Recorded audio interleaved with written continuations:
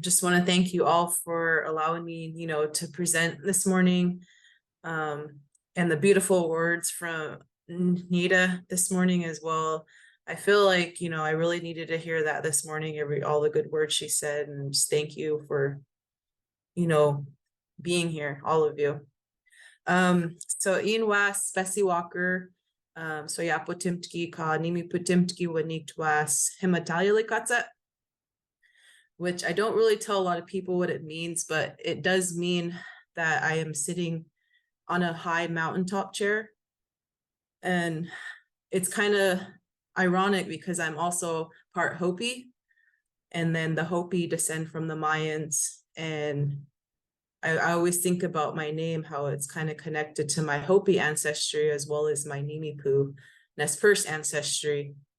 And I'm really thankful for being, in many worlds, which has led me to, to organize and found Hipaknu Ki Unu Masih, which means they will see that this is us.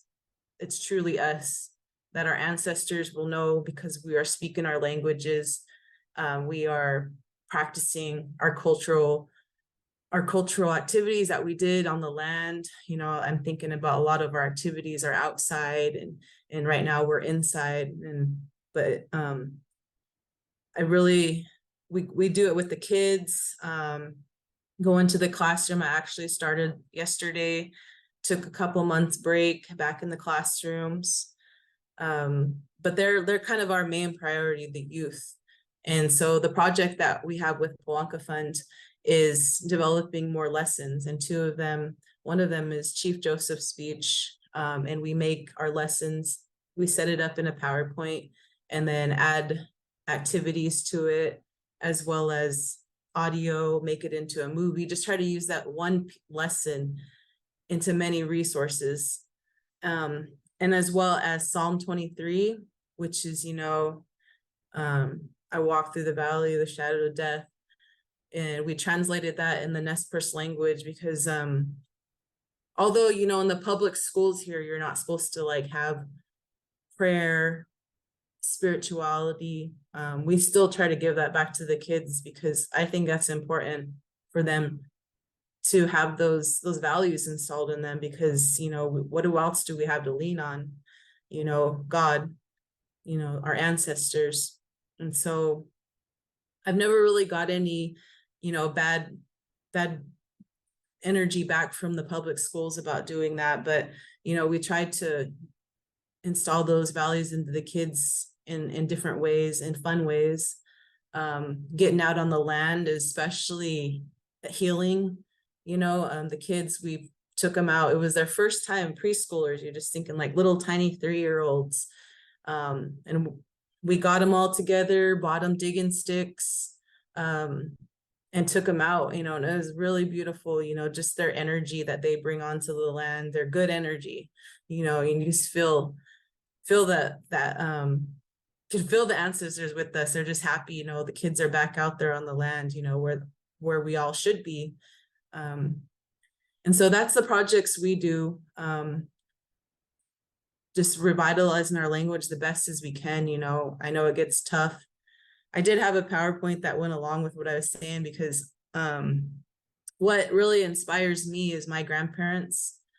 My grandfather is actually on the logo that I created for Hipaknu. Long time ago, I had a dream, and this is what made me do Nez Perce languages. I had a dream that I was a slave here in this town when Fort Lapway, when the army first came here. And I was a slave to all the army soldiers in this house that actually still stands here today. And a lot of us kids were slaves, and one of the kids burned the house down, and we were finally all free. And I'm walking down here on Lapway Creek, and I'm feeling like giving up, and I'm feeling like I just want to die, and I'm laying down and I'm singing a song, and it's a song that's very important to me still today. And I'm singing my song, and I'm just, God, I'm ready to go. And I lay down and I hear horses, and I look up, and it's a really bright sunny day, and I look up and I can see three men on horses, on Appaloosa horses, and they have their war bonnets, just like in my logo. And they have the war bonnets on, which back then meant that they were spiritual men, they were powerful men, respectable men. And they grabbed my hand and they told me, we're going to heal you, we're going to make you better. And so ever since then, my mission in my life has been to, revitalize the Nez Perce language and culture. Not for me, but for everybody, for all the ancestors, that died and fought to keep it here, or for what little we have left, to keep it here and to keep it going within the children, within our community. And so that's why it's really important to me. When my grandpa, throughout my whole life, he was one of our last speakers. And he passed away in 2015, but he was like my father, and he would tell me that all the time, you're like my daughter. And because I was raised by my grandparents. And so I always thought of him as my father. And so when I seen him writing, because we always go to the war memorials, in which that's the Chief Joseph speech, we go to all the war memorials where they were fighting the US Army. And he was writing on the Appaloosa one time. Well, he did it all the time, but finally I noticed, and I was like, oh my God, that was in my dream. And it was him, or maybe he was one of those three men. And so we got a picture of it, and I made it into the logo, because just to remember, he was a part of that dream.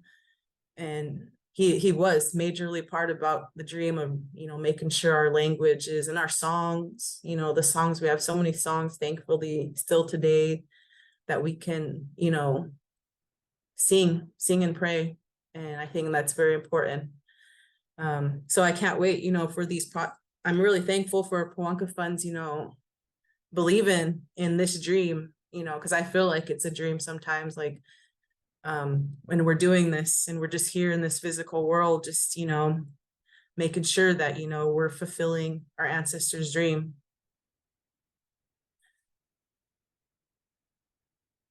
The two lessons, though, Nez Perce, Chief Joseph's last speech, I will fight no more forever, Watu Moa Heneku Tukalanu. And I say that all the time. I'm like, I'm tired of fighting, and I was just thinking that this morning, like, a lot of energies are coming up and a lot of negative energies. And I'm just like, I need to go hop in the river, it's fall now here. And I'm like, I've been trying to hop in the river in the different seasons, and I was just thinking that, well, I was thinking it last night and this morning, and I was like, I need to go hop in the river, just to wash all this negative away, because it gets hard sometimes doing the language revitalization.